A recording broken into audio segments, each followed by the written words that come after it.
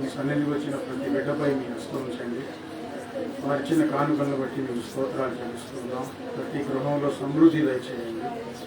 ఇప్పుడు మీ లేఖనాలు మేము ధ్యానం చేయబోతుండగా ఆయన అద్భుతమైన మీ ఉపదేశం మా అందరికీ దయచేయండి అయ్యా. మాట్లాడుతూ ఉండగా మరుగై ఉన్న మాటలు నా నోటికి అందించి ఈ నీ పిల్లలతో మీరు మాట్లాడుకొని వీరికి సమృద్ధి అయిన భోజనం దయచేయండి ప్రభా. వీరి హృదయాలు నిండాలి నాయన, సంతోషించాలి ప్రభా. అట్టి కార్యం, అట్టి అభిషేకం ఈ వాక్యం చెబుతూ ఉండగా దయచేయమని యేసయ్య నామంలో ప్రార్థించి ఈ వాక్యం ప్రారంభిస్తున్నాను తండ్రి. ఆమేన్. గుండె నిండా యేసు ఉంటే కన్నీళ్ళే ముత్యాలు, గుండె గుడిలో యేసు ఉంటే దుఃఖమైన సంతోషం.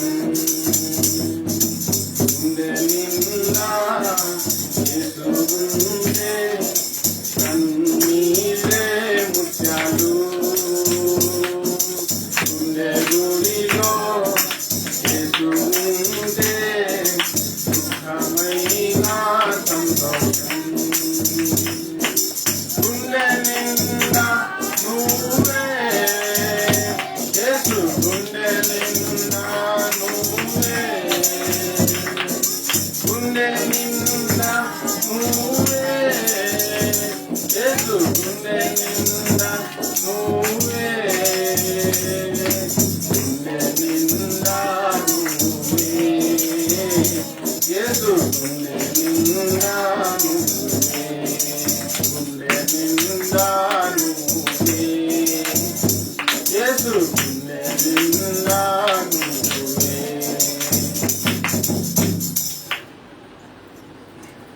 గుండెలో నిండి ఉండాలి యేసు ప్రభు ఎప్పుడు మనలో. దైవ గ్రంథంలో నుండి కీర్తనల గ్రంథం 27వ అధ్యాయము 1వ వచనంలో యెహోవా నాకు వెలుగును రక్షణయై ఉన్నాడు, నేను ఎవరికి భయపడుదును. యెహోవా నా ప్రాణదుర్గము, ఎవరికి వెరుతును. యెహోవా నాకు వెలుగును రక్షణయు అయి ఉన్నాడు. దేవుడు అనే పదం పెదవులతో పలకటం సహజమే.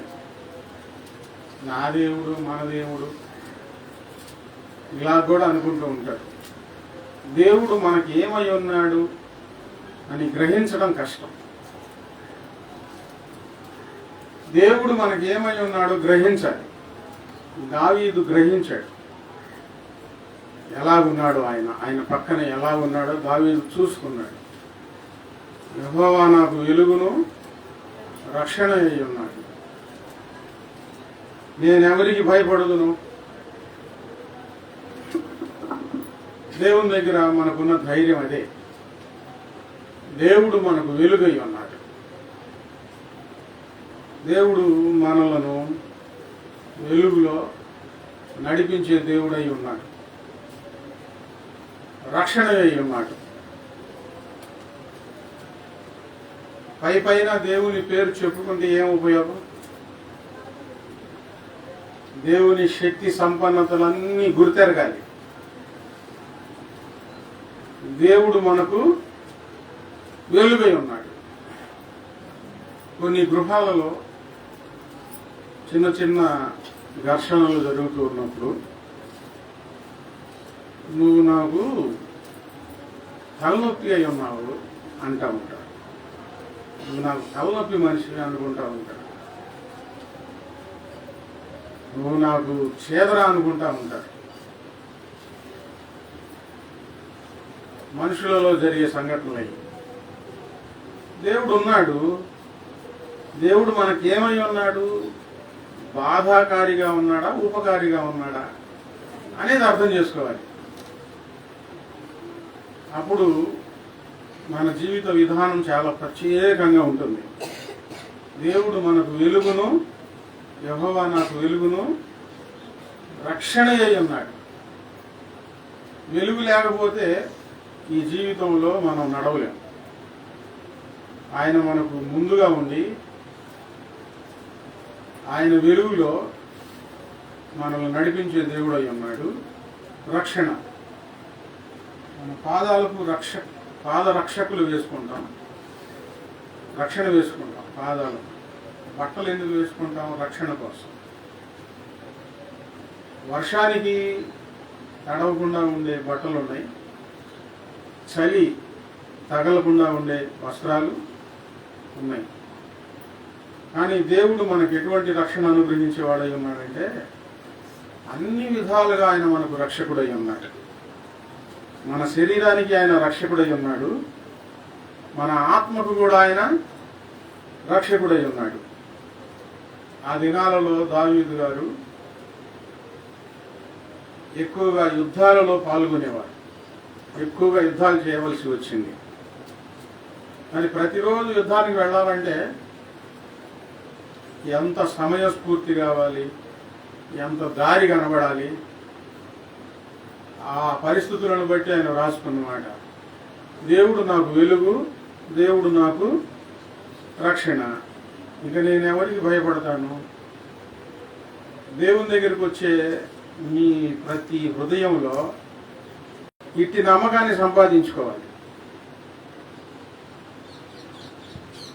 కీర్తనల గ్రంథం 23వ అధ్యాయంలో గాఢాంధకారములో సంచరించినను ఏ అపాయమునకు ఎందుకు ఆ మాట అన్నాడు? ఏ అపాయమునకు భయపడనని ఎందుకు అన్నాడు? వెలుగై ఉన్న దేవుడు ఉన్నాడు జీవితంలో. ఈ జీవితంలో కొన్నిసార్లు గాఢాంధకారం కమ్ముకుంటుంది. ఈ గాఢాంధకారంలో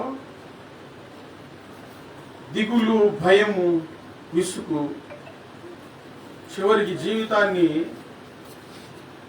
ఎలాగైనా వదిలించుకోవాలి, ఈ జీవితం నుండి తొలగిపోవాలని ఆత్మహత్యలు చేసుకున్న వారు కూడా ఉన్నారు. ప్రతి వారి జీవితంలో గాఢాంధకారం వస్తుంది, గాఢాంధకారం కమ్ముకుంటుంది. అది మనుషుల ద్వారా కానీ, మన తెలివి తక్కువ తనం కానివ్వండి, మన నిర్లక్ష్యం కానివ్వండి. గాఢాంధకారంలో నుంచి ఆదరికి బయటికి వెళ్ళాలంటే మనకు వెలుగు కావాలి. మన దేవుడే మనకు వెలుగై ఉన్నాడు. దావీదు ధైర్యం అది. గాఢాంధకారము లోయలలో సంచరించినను ఏ అపాయమునకు భయపడదు. ఎప్పుడైనా మీరు చీకట్లో నడిచారా? చిమ్మ చీకట్లో నడిచారా? ఆ అనుభవం ఉందా? చీకట్లో నడిచిన అనుభవం. ఇప్పుడు అంటే ఈ కరెంట్ వచ్చింది కాబట్టి ఎక్కడ పట్టినా లైట్లు ఉన్నాయి. పొలంలోనికి వెళ్ళేటప్పుడు కూడా టార్చ్ లైట్లు తీసుకొని వెళ్తూ ఉన్నారు. ఆ దినాలలో కాగడాలు వెలిగించుకొని వెళ్ళేవాడు. కాగడాలు కొంతవరకే పనిచేస్తాయి. మరి చీకట్లో నడవాలంటే అప్పుడప్పుడు రైలు మార్గాలు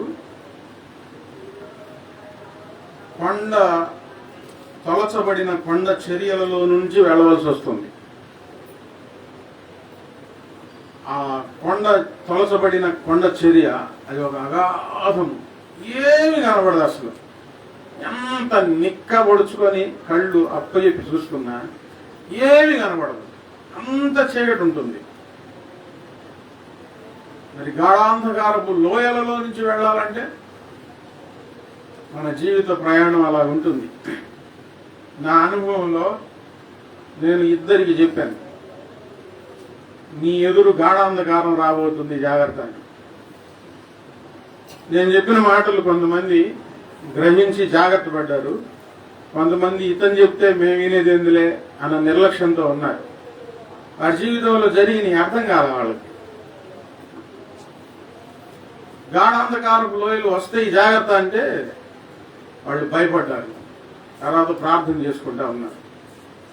అంటే అటువంటి క్లిష్టమైన పరిస్థితుల్లో నుంచి నడవాల్సి వచ్చింది వాళ్ళు. దేవుడు మనకు వెలుగై ఉన్నప్పుడు ఎంత అంధకారమైనా సరే మనకు దేవుడు వెలుగును చూపించేవాడై ఉన్నాడు, దారి చూపించేవాడై ఉన్నాడు. మీకా గ్రంథం 7వ అధ్యాయం 8వ వచనంలో చదివితే, మీకా గ్రంథం 7వ అధ్యాయం 8వ వచనం. నా శత్రువా నా మీద అతిశయపడవద్దు, నేను క్రింద పడినను తిరిగి లేతును, నేను అంధకారమందు కూర్చున్నాను, యెహోవా నాకు వెలుగుగా ఉండును. కొన్నిసార్లు మన జీవితంలో పడిపోతూ ఉంటాం. మనం దిగజారిపోయినప్పుడు, పడిపోయినప్పుడు నవ్వేవాళ్ళు ఖచ్చితంగా ఉంటారు. జీవితంలో ఎవరికైనా కష్టం వస్తుంది. కష్టం రాకుండా ఎవరి జీవితాలు కొనసాగుతాయి? శ్రమలు, ఇబ్బందులు రాకుండా ఎవరి జీవితం కొనసాగుతుంది? దేవునిని ఎరుగక మునుపు, తెలుసుకోక మునుపు అయితే ఆ లక్షణం ఉంటుంది, ఆ గుణం. ఎవరైనా ఇబ్బందులు పాలైపోతా ఉంటే, కష్టాలు పాలైపోతా ఉంటే నవ్వుకునే గుణం ఉంటుంది. దేవుని పిల్లల్లో ఎవరైనా బాధపడతా ఉంటే ఆ బాధలో మనం కూడా బాధ అనుభవించినట్లుగా వారి బాధను పాలు పంచుకోవాలి. పడిపోతున్నప్పుడు, కష్టపడుతున్నప్పుడు చూసి నవ్వుకునే మనస్తత్వం మనలో ఉండకూడదు. ఇక్కడ మీకా గారు ప్రవక్త, ఆయన రాస్తా ఉన్నారు, నా శత్రువా నా మీద అతిశయింపవద్దు. దేవుని ప్రయాణంలో, ఆత్మీయ ప్రయాణంలో మనకు కూడా ఏదో సమయంలో కృంగుదల, క్షీణదశ, హీనదశ, దిగజారిపోయిన స్థితులు మన జీవితంలో వచ్చినప్పుడు నవ్వుకునే వాళ్ళు ఉంటారు. జీవితంలో మహా బాధ కలిగించే సందర్భం ఏంటంటే, చాలా బాధ కలిగించే సందర్భం మనం దిగజారిపోయినప్పుడు, పడిపోయినప్పుడు నవ్వుతారు చూసారా? ఆ నవ్వులే చిరకాలం బాధిస్తూ ఉంటాయి. కత్తిపోటు కంటే ప్రమాదకరమైన బాధ. మీకా ఏమని చెప్తున్నాడు? నా శత్రువా నా మీద నశయింపవద్దు. ఎవరు నవ్వుతారంటే మనం అంటే గిట్టని వాళ్ళు, శత్రువులు నవ్వుతారు. నష్టం వచ్చినప్పుడు, మనకు బాధ కలిగినప్పుడు, మనం అనుకుంటున్న పనులు జరగనప్పుడు శత్రువులు నవ్వుతారు. మనం ఏం చేయాలి? బాధపడకూడదు. ఒక మాదిరి మనకుంది. మీకా గ్రంథంలో రాయబడినట్లుగా మనం కూడా ప్రార్థన చేసుకోవాలి. మీ జీవితంలో ఎదురవుతాయి, ఖచ్చితంగా ఎదురవుతాయి. ఇంట్లో కావచ్చు, బంధువుల్లో కావచ్చు, స్నేహితుల్లో కావచ్చు. పక్కపక్క నవ్వుకునే వాళ్ళు ఉంటారు మీ పరిస్థితులను బట్టి. అప్పుడు కృంగిపోకూడదు. మీకా ఏమని ప్రార్థన చేసుకున్నాడు? నా శత్రువా, మొదట చెబితే, నా దేవుడు నా ప్రార్థన ఆలకించును, నా శత్రువా నా మీద అతిశయపడొద్దు, నేను క్రింద పడినను తిరిగి నేను లేస్తా. నాకు దెబ్బలు తగిలినా నా గాయాలు మానిపోతాయి. నేను కింద పడినా మరలా తిరిగి నేను లేస్తాను. నేను అంధకారం ముందు కూర్చున్నాను, యెహోవా నాకు వెలుగుగా ఉండును. ఏం చేయాలో అర్థం కాని పరిస్థితులు నా జీవితంలోనికి వస్తే, ఎటు వెళ్లాలో అర్థం కాని పరిస్థితులు నా జీవితంలో వస్తే, దారి కనిపించకపోతే, ఆ సమయంలో అవే అంధకారం ముందు కూర్చోవడం అంటే. అట్టి సమయాల్లో దేవుడు నాకు వెలుగుగా, నేను అంధకారం ముందు కూర్చున్నాను, యెహోవా నాకు వెలుగుగా ఉండును. కీర్తనకారుడు చెప్పుకుంటున్నాడు, యెహోవా నాకు వెలుగని. మీకా ప్రవక్త అంటున్నాడు, నేను కింద పడిపోయినా, అంధకారంలో కూర్చున్నా, యెహోవా నాకు వెలుగుగా ఉంటాడు. దేవుడు తన పిల్లలను చేయి విడిచిపెట్టేవాడు కాదు. అయితే నీలో ఉండాలి ఆ నమ్మకం. మీకాలో ఉన్న నమ్మకం, దావీదులో ఉన్న నమ్మకం నీలో ఉండాలి. దేవుడు నాకు వెలుగుగా ఉన్నాడు, భయపడిపోకూడదు. బాగా బోరుమని ఏడుస్తూ ప్రార్థన చేసుకుంటా ఉంటే, ఎందుకు అట్లా ఏడుతున్నావంటే నన్ను చూసి నవ్వారు వాళ్ళు, నన్ను చూసి నవ్వారు, నాకు చాలా బాధగా ఉందని. అలా ఏడవద్దు, నవ్వితే నవ్వుకొని. మనకు వచ్చిన కష్టం ఏదో ఒక సమయంలో వారికి రాకుండా ఉండదు. నువ్వు ప్రార్థన చేసుకోవాలి. దేవుడు నాకు వెలుగుగా ఉన్నాడన్న నమ్మకం నీలో ఉండాలి, గట్టిగా ఉండాలి. యెషయా గ్రంథం 50:7. యెషయా గ్రంథం 50:7. ప్రభువగు యెహోవా నాకు సహాయం చేయవాడు గనుక నేను సిగ్గుపడలేదు. సిగ్గుపడనని ఎరిగి నా ముఖమును చెకుముకి రాతి వలె చేసుకుంటుని. ఈ మాటలు యేసుక్రీస్తు వారిని గురించిన ప్రవచనాలు, యేసుక్రీస్తు వారు పుట్టక ముందే వ్రాయబడిన ప్రవచనాలు. ప్రభువుకు యెహోవా నాకు సహాయం చేయవాడు గనక నేను సిగ్గుపడలేదు. దేవుడు నాకు వెలుగుగా ఉన్నాడని కీర్తనాకారుడు చెప్పుకున్నాడు, ప్రవక్త చెప్పుకున్నాడు. ఇక్కడ ప్రవక్త అయిన యెషయా చెప్తా ఉన్నాడు ప్రవచనార్థంగా యేసుక్రీస్తు వారిని గురించి. ప్రభువుకు యెహోవా నాకు సహాయం చేయవాడు గనుక నేను సిగ్గుపడలేదు. యేసుక్రీస్తు వారి ప్రవచనాలు. నేను సిగ్గుపడనని ఎరిగి నా ముఖమును చెకుముకి రాతి వలె చేసుకుంటుంది. ఎక్కడ యేసు ప్రభు వారు సిలువకు అప్పచెప్పబడినప్పుడు ఆయనలో ఒక నమ్మకం ఉంది. అదేంటి? దేవుడు నాకు సహాయం చేస్తారు. వీళ్ళు ఎంత హింసించినా, ఎంత నలగొట్టినా, చివరికి నా ప్రాణం పోయినా, నన్ను సమాధిలో ఉంచినా, అక్కడ నుండి ఆ సమాధిలో నుంచి నా ప్రాణమును విమోచించి నన్ను పైకి లేవనెత్తుతాడు. ఈ యేసుక్రీస్తు వారి ప్రవచనం యెషయా గ్రంథంలో ముందుగా వ్రాయబడిన ప్రవచనం. ఈరోజు ఆ మాట అలా గుర్తుపెట్టుకోండి. మీ జీవితంలో దేవుడు నాకు సహాయకుడై ఉన్నాడు, యెహోవా నాకు సహాయం చేయవాడు, దేవుడు నాకు సహాయం చేసేవాడు, యేసుప్రభు వారు నాకు సహాయం చేసేవాడు, అందుకని నేను సిగ్గుపడను. సహాయం అనేది మనుషులు కూడా చేస్తారు, కొంతమేరకే చేయగలుగుతారు. అన్ని పరిస్థితుల్లో చేస్తారా? చేయగలుగుతారా? ఇక్కడ ఆ అమ్మాయి పేరు అన్యమ్మ కోళ్ళు, ఏం పేరు? సామ్రాజ్యం కోళ్ళు, అరుణ. అరుణ కంటి చూపు లేదు, నోటి మాట లేదు. కొంచెం కొంచెం శ్వాస ఆడుతుంటే దూరంగా నించున్నారు అందరూ. నేను ఎత్తుకొని వెళ్ళా వచ్చి, ఎట్లాగైనా ఈ అమ్మాయిని బ్రతికించాలని. అప్పుడు కొత్తగా వచ్చాము ఈ ప్రాంతానికి. 3 ఆసుపత్రులు తిప్పాను, వాసన వస్తుంది. వాళ్ళ అమ్మ అంటుంది, చచ్చిపోయేదానికోసం ఎందుకయ్యా అంత ప్రయాసపడతాడు, నా దేవుడు సహాయం చేస్తాడు, బ్రతికిస్తాడు అని. నేను అంతవరకు చేయగలిగాను. బ్రతికించింది ఎవరు?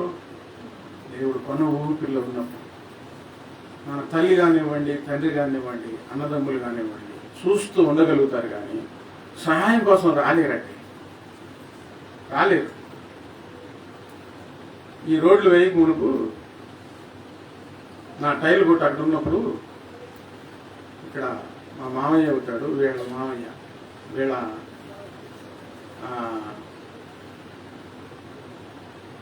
అమ్మోళ్ళ అన్నయ్య అవుతాడు. ఆయన వాళ్ళ అమ్మాయి పెట్రోల్ తగలబడి ఊరంతా తెలుసు. నేను వచ్చి చూసేసరికి పొగలు వచ్చేస్తున్నాయి, అందరూ బయట నిలబడి ఉన్నారు.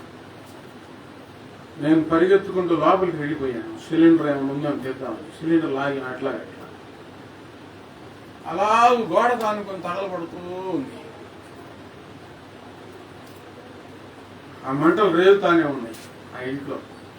అందరూ బయట నుంచి చూసుకొని కేకలు వేస్తున్నారు.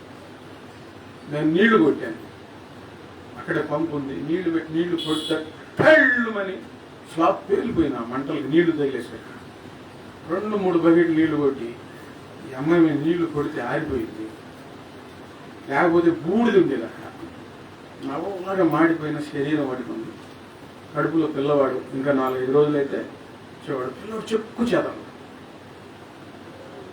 నల్లటి బొగ్గు లాంటి ఆకారం మాత్రమే, అది నీళ్లు కొట్టబట్టి, లేకపోతే ఏముండేది కాదు.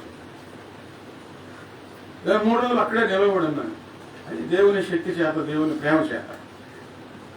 చిన్నదైనా పెద్దదైనా మన జీవితంలో మనకు సహాయం చేయడానికి, సహాయం చేయాలన్న ఆశ ఉన్నా అందరూ రాలేరండి, అందరూ చేయలేరు.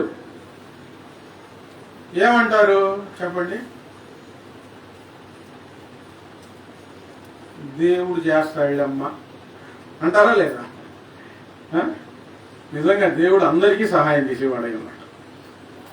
భయపడబాక, దేవుడు సహాయం చేస్తాడులే అంటారా లేదా? అంటే మనం చేయలేం, అన్ని పనులు మనం చేయలేం, అన్ని సహాయాలు మనం చేయలేం. నీ జీవితంలో, నా జీవితంలో దేవుడు మనకు సహాయకుడై ఉన్నాడు,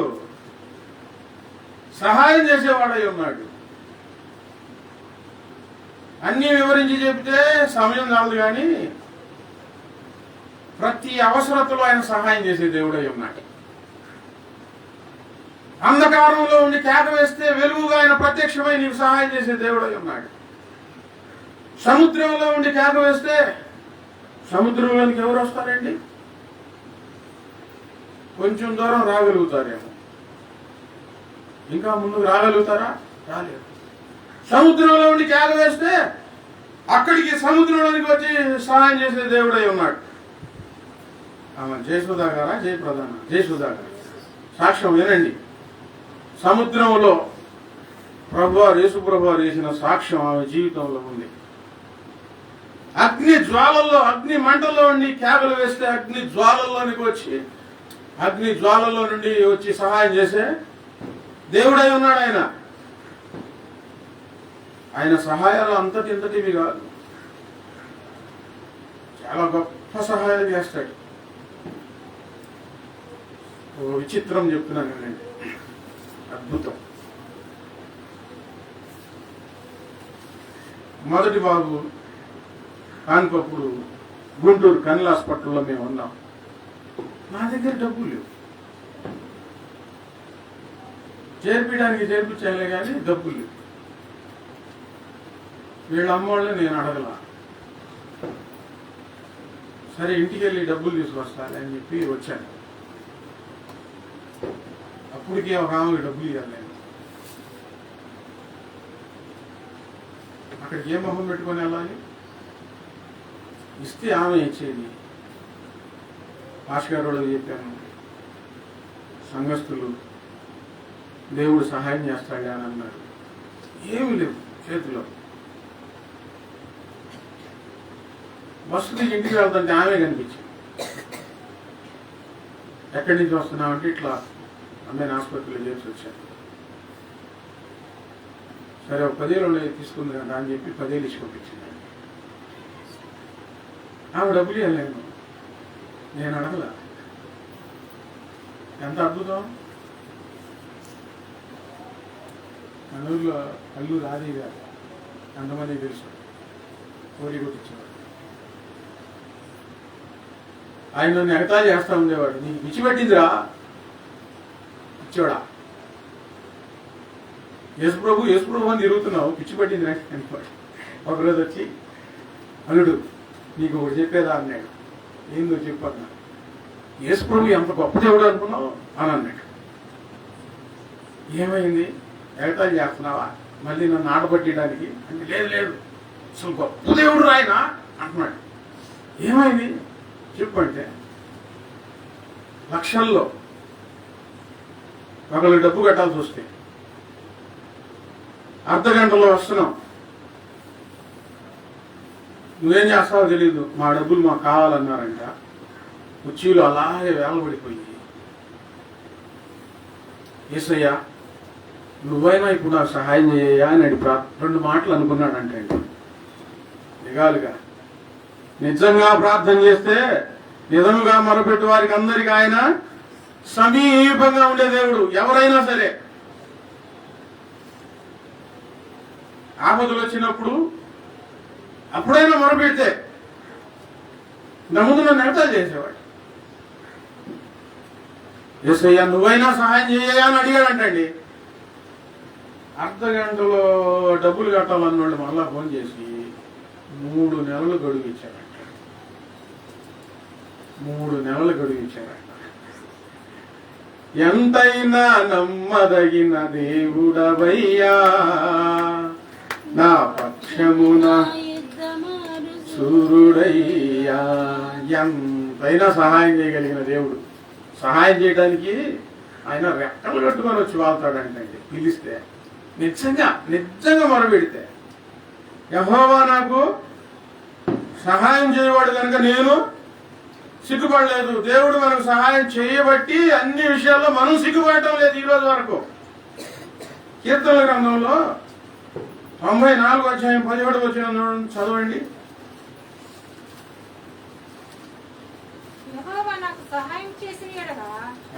సరిగ్గా చదువు.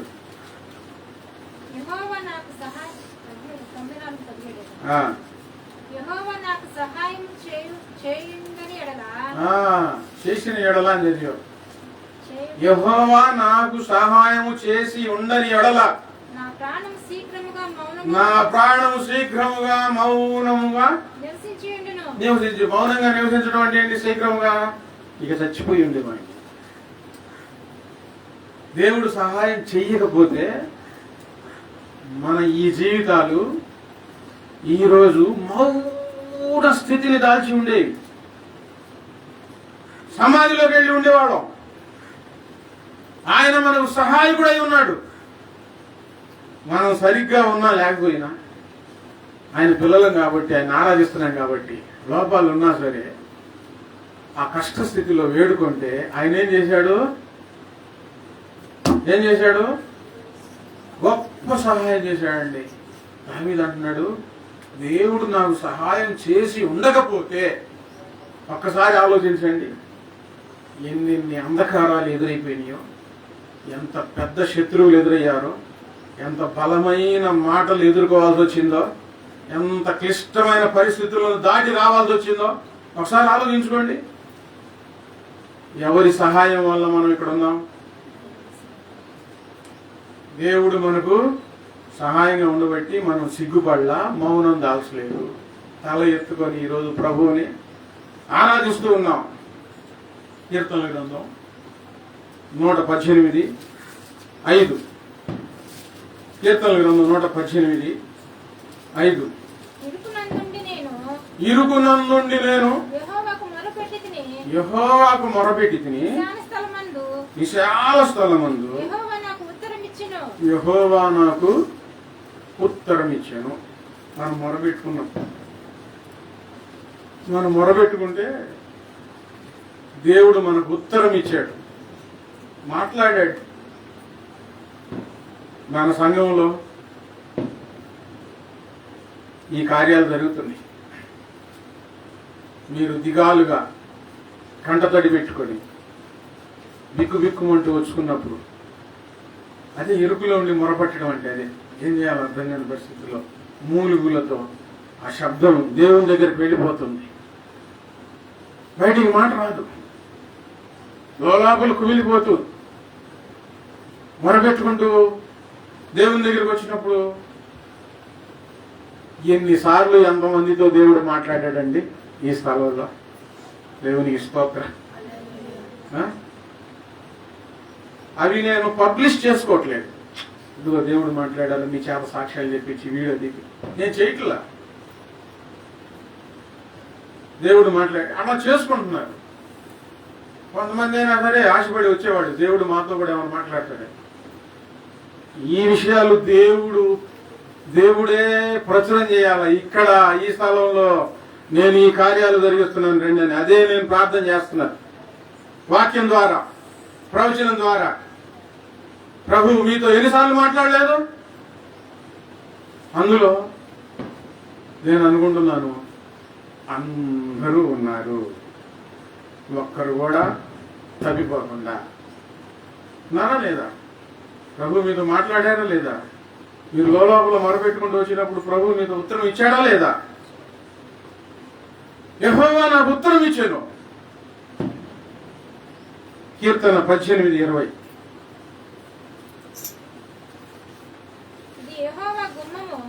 కీర్తన గ్రంథం 18వ అధ్యాయం 20వ వచనం. నా నీతిని బట్టి యెహోవా నాకు ప్రతిఫలం ఇచ్చును. నా నిర్దోషత్వమును బట్టి ఆయన నాకు ప్రతిఫలం ఇచ్చును.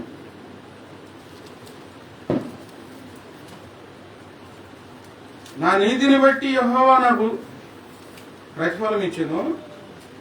నా నిర్దోషత్వమును బట్టి నాకు ప్రతిఫలం ఇచ్చాను.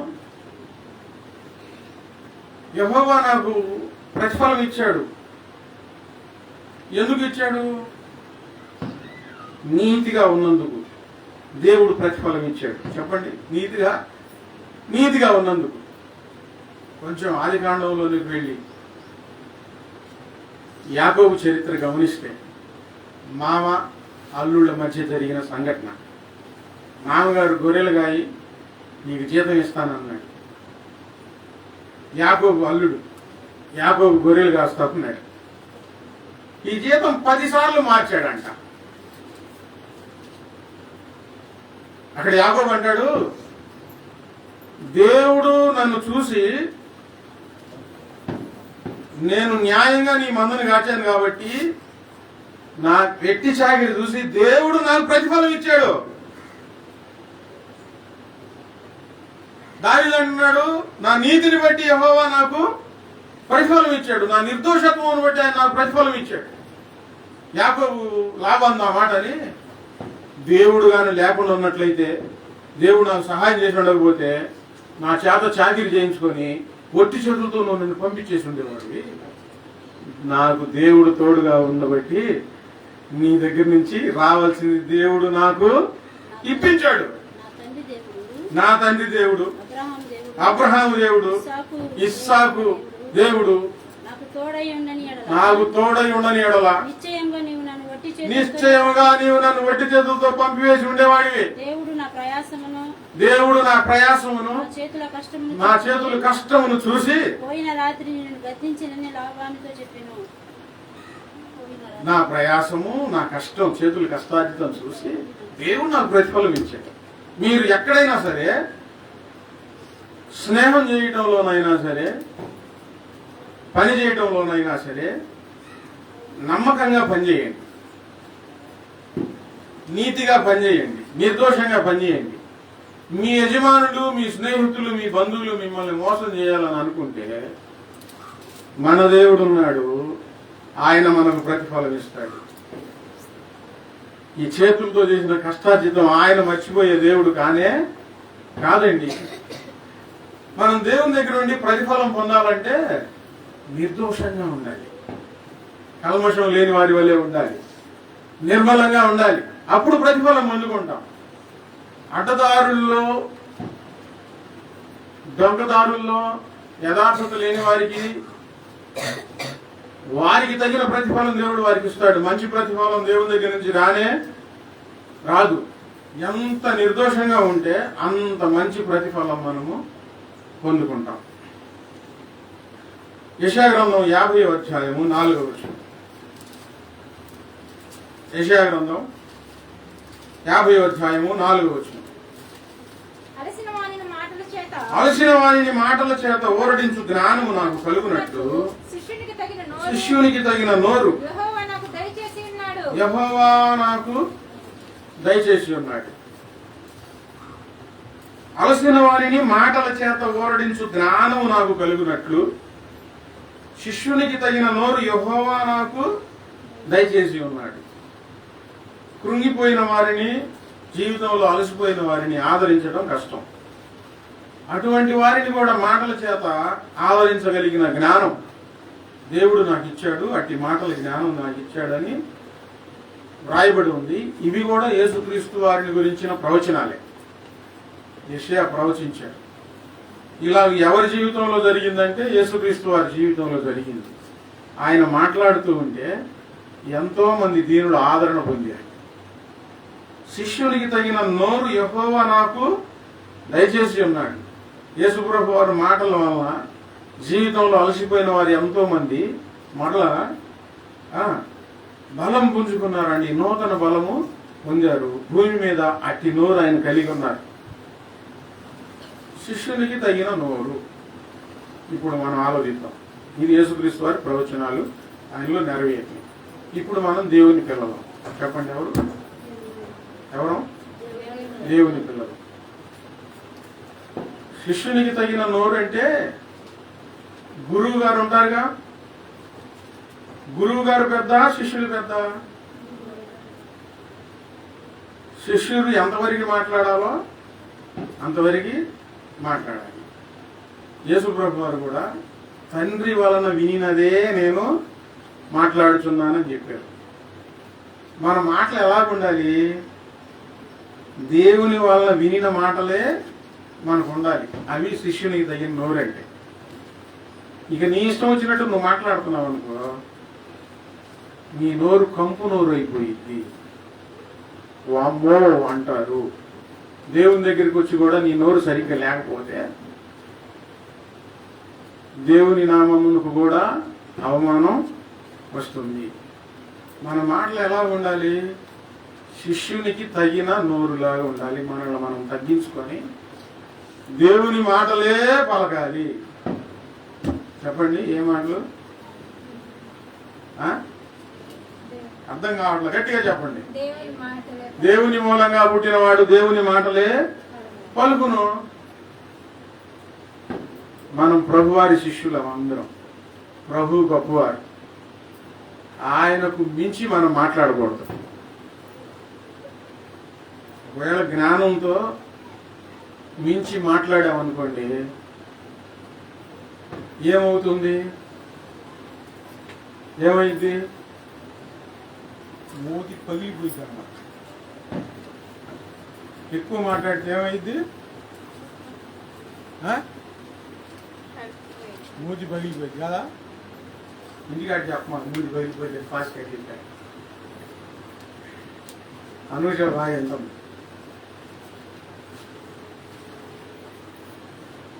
చాలా విధి విధానంలో మన నోరు ఉండాలండి. ఎలా ఉండాలంటే, జీవితంలో అలసిపోయి ఉంటారే వారిని ఆదరించే శక్తి కలిగి ఉండాలి. ఆ మాటలు మనం కొట్టుకోవాలి. ప్రభువారి ఇక్కడ ఇంట్లోనే జ్వరంలో ఈ ఇంట్లోనే అమ్మాయి ఇంట్లో నేను ప్రార్థన చేసుకుంటా ఉంటే ఒక్కడనే చక్కగా శబ్దం వినపడి అది స్లాబ్లో నుంచి లోపలికి నా దగ్గరకు వచ్చి, నీ నోట నా మాటలోంచి ఏమి పలకవలెనో నేను నీకు బోధించాను. మొన్న ఈ మధ్య ఖమ్మం జిల్లా వెళ్ళాను. మొట్టమొదటిసారి దేవుడు అద్భుతంగా సేవకుల మధ్యలో వాక్యం వినేటప్పుడు ఒక్కొక్కరి మొహాలు ఎలాగైపోయినాయి అంటే, ఇంకా చెప్పన్నా అనేటట్లుగా వాళ్ళు సంతోషపడిపోయారు. వాక్యం అంతా అయిపోయిన తర్వాత అందరు ఏం చెప్పుకున్నారు? ఆ వాక్యం వారం రోజులు చెప్పుకుంటానే ఉన్నారంటండి. ఫోన్ చేసి చెప్పారు. నిజంగా ఫోన్ చేసి నాకు చెప్పారు, అన్న వారం రోజులు ఈ వాక్యమే చెప్పుకుంటున్నానన్నా, దేవుడు మాట్లాడాడన్నా. నా పేరు రాలా, నిజంగా అండి, నా పేరు రాలా. ఏం మాట్లాడుతున్నారు? దేవుడు మాట్లాడాడన్నా. నన్ను నేను తగ్గించుకొని నా బలహీనతలు చెప్పుకుంటాను. వాక్యం చెప్తా ఉంటే అసలు మాకు టైం ఎంత అయింది అర్థం కాలేదు పాస్టర్ గారు అని పాస్టర్ గారు వచ్చి నాకు చెప్తా ఉన్నారన్నమాట. ఆ మాట దేవుడు నెరవేర్చాడు. అందరం ఏ నోరు కలిగి ఉండాలి? చెప్పండి, అందరు ఏ నోరు కలిగి ఉండాలి? శిష్యునికి తగిన నోరు. మన నోరు దేవుని మాటల చేత నింపబడాలి. దేవుని మాటలే పలకాలి. వ్యర్థమైన మాటలు రాకూడదు. సొంత జ్ఞానంతో ఉండే మాటలు రాకూడదు. అపశకునాలు రాకూడదు. పచ్చి బండ బూతులు రాకూడదు. భయంకరమైన మనిషికి బాధ కలిగించే మాటలు మన నోట రాకూడదు. ఆదరించే మాటలు మన జీవితంలోనికి రావాలి. ఆదరణ పొందాలి. ఇర్మీయా గ్రంథం 3వ అధ్యాయం 31వ అధ్యాయం 3వ వచనం.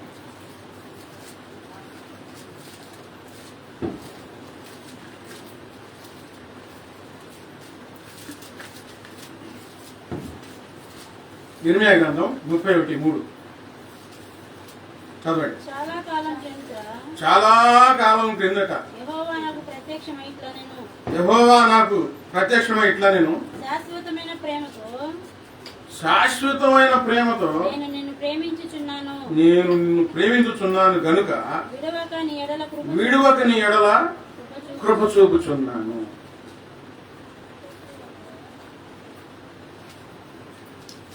చాలా కాలం క్రిందట యెహోవా నాకు ప్రత్యక్షమై ఇట్లా నేను శాశ్వతమైన ప్రేమతో నేను నిన్ను ప్రేమించుచున్నాను, విడువక నీ ఎడల కృప చూపుచున్నాను.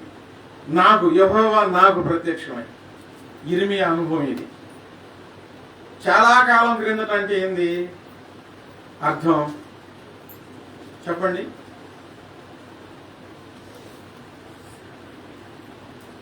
ఇర్మీయాకి దేవుడు ఎప్పుడు ప్రత్యక్షమయ్యారు? ఇర్మీయా గ్రంథం 1వ అధ్యాయంలో ఉంటుంది. చిన్నప్పుడు. ఎప్పుడండి? 1వ అధ్యాయంలో చదువుకోండి.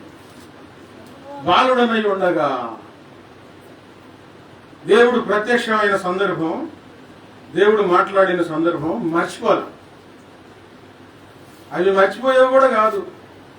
నేను అనుకుంటున్నాను, ఈ చోట కూర్చొని వాక్యం వింటున్న మీరు మీ జీవితంలో చాలా కాలం క్రిందట దేవుడు ఏదో ఒక మాట చెప్పే ఉంటాడు. అది ఈరోజు దేవుడు గుర్తు చేస్తా ఉన్నాడు.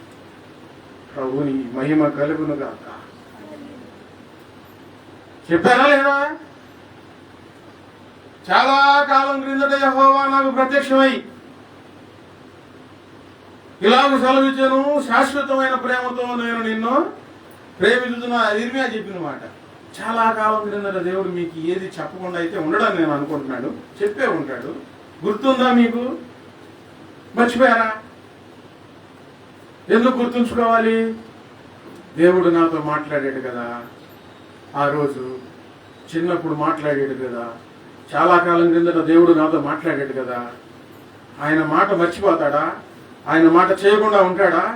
ఆయన చెప్పిన మాట జరిగించకుండా ఉంటాడా అనే నమ్మకం నీలో కలగాలని గుర్తుపెట్టుకోవాలి. ఇర్మీయాకి ఏం చెప్పాడు? శాశ్వతమైన ప్రేమతో నేను నిన్ను ప్రేమించుతున్నాను. ఒకవేళ ఇదే మాట దేవుడు నీతో మాట్లాడాడేమో చాలా కాలం క్రిందట. ఈరోజు నువ్వు గుర్తుకు తెచ్చుకో, జ్ఞాపకానికి తెచ్చుకో. ఆయన ఏమంటున్నాడు? గనుక విడువక నీ ఎడల కృప చూపిస్తున్నాను. నీ బలహీనతలు నేను మర్చిపోయా, నీ పొరపాట్లు నేను మర్చిపోయా, నీ తప్పులని నేను మర్చిపోయా. ఇదిగో ఈరోజు నేను నీకు కృప చూపిస్తున్నాను. నేను చెప్పాను కాబట్టి. ఇప్పుడు ఈరోజు దావీదు అన్నాడు, యెహోవా నాకు వెలుగు. మీకా అన్నాడు, యెహోవా నాకు వెలుగు. యెషయా అన్నారు, యెహోవా నాకు సహాయం చేసేవాడు అన్నాడు. ఇంకా దావీదు కొన్ని చోట్ల యెహోవా నాకు ఉత్తరం ఇచ్చాడు.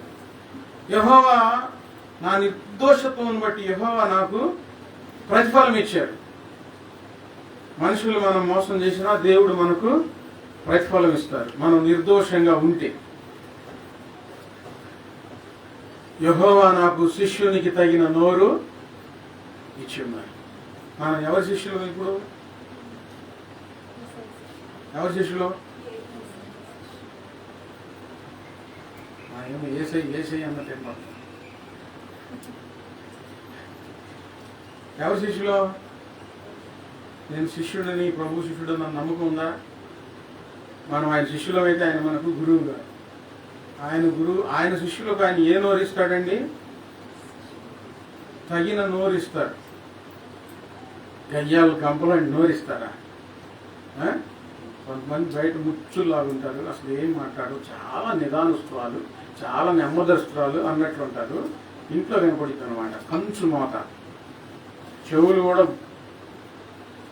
చెవుడు వచ్చేసి ఇంట్లో అట్లా అరుస్తారు. బయటకు వస్తే చాలా ప్రశాంతమైన వాతావరణం ఉంటుంది. కొంచెం నోరు తగ్గించుకుంటే మంచిది, ఇంట్లో అయినా బయట అయినా. ఏ నోరు కలిగి ఉండాలి? శిష్యునికి తగిన నోరు. ఎప్పుడన్నా పొరపాటు పాస్టర్ గారిని కూడా అడుగుతున్నాను అంటే నేను గద్దించాలి, మీకోసం ఖండించాలి. నాకు కొంతమంది అడుగుతారు, నాకు తెలుసు. రూతు గ్రంథం 1వ అధ్యాయం 13వ వచనం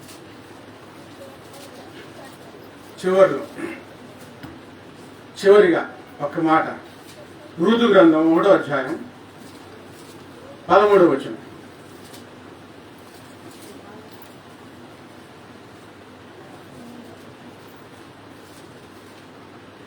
త్వరగా.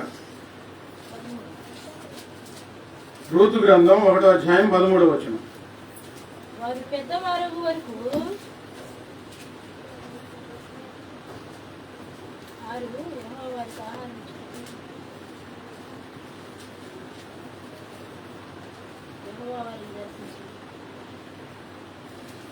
నయోమి మాట్లాడిన మాట ఉంటుంది అక్కడ. రూతు గ్రంథం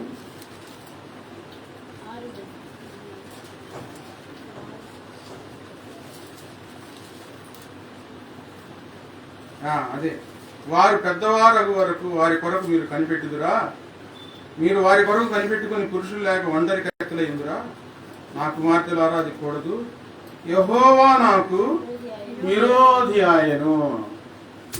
వినండి, ఈరోజు వాక్యంలో యెహోవా నాకు వెలుగని, యెహోవా నాకు సహాయమని, యెహోవా నాకు ప్రతిఫలం ఇచ్చారని, యెహోవా నాకు ఉత్తరం ఇచ్చారని ఇలాగ సంతోషకరమైన మాటలు చెప్పుకుంటున్న తరుణంలో రూతు గ్రంథంలో నయోమి బాధాకరంగా యెహోవా నాకు విరోధి ఆయను,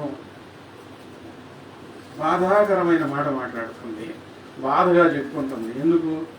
3 పిల్లలు చచ్చిపోయారు, భర్త చనిపోయాడు, ఆమె జీవితంలో సంతోషం లేదు, దేవుడే నాకు విరోధం అయ్యాడు అని అంటుంది.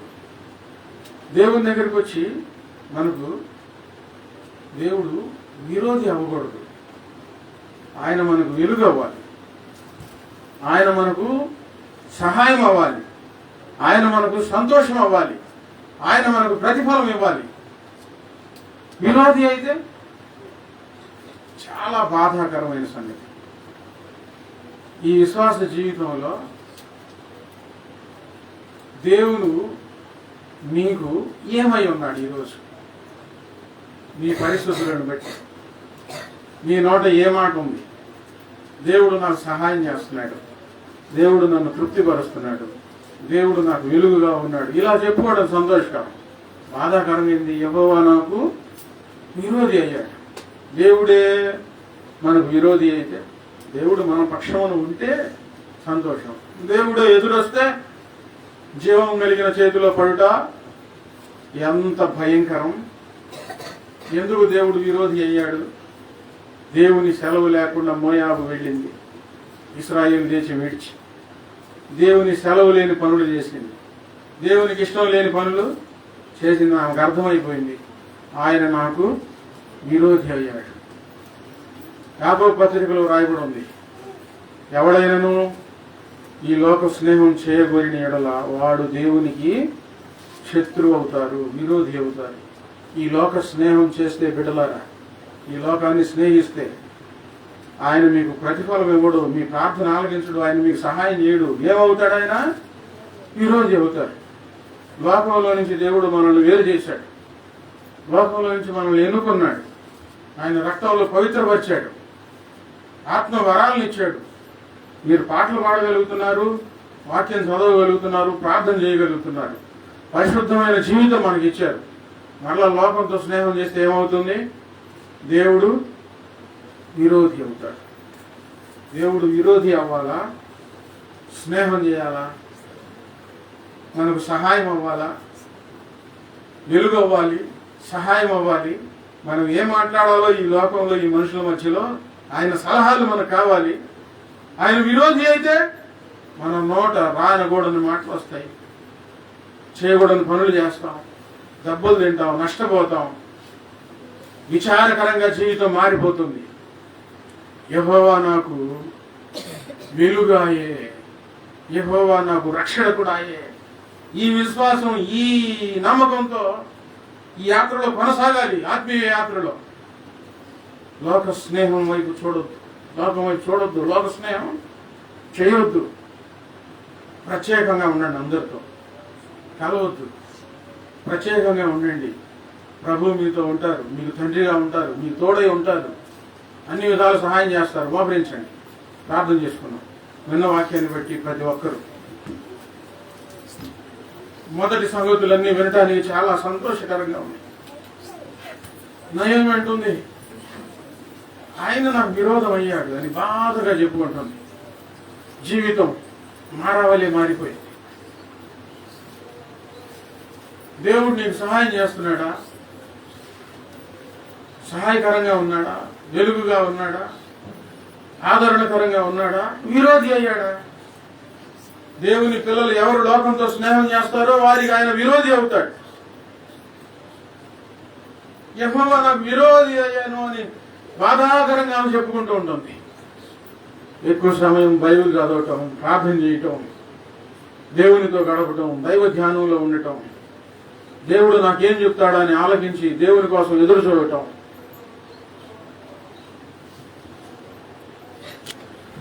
దేవుని సహవాసంలో కొనసాగటం. దేవుడు ఎందుకు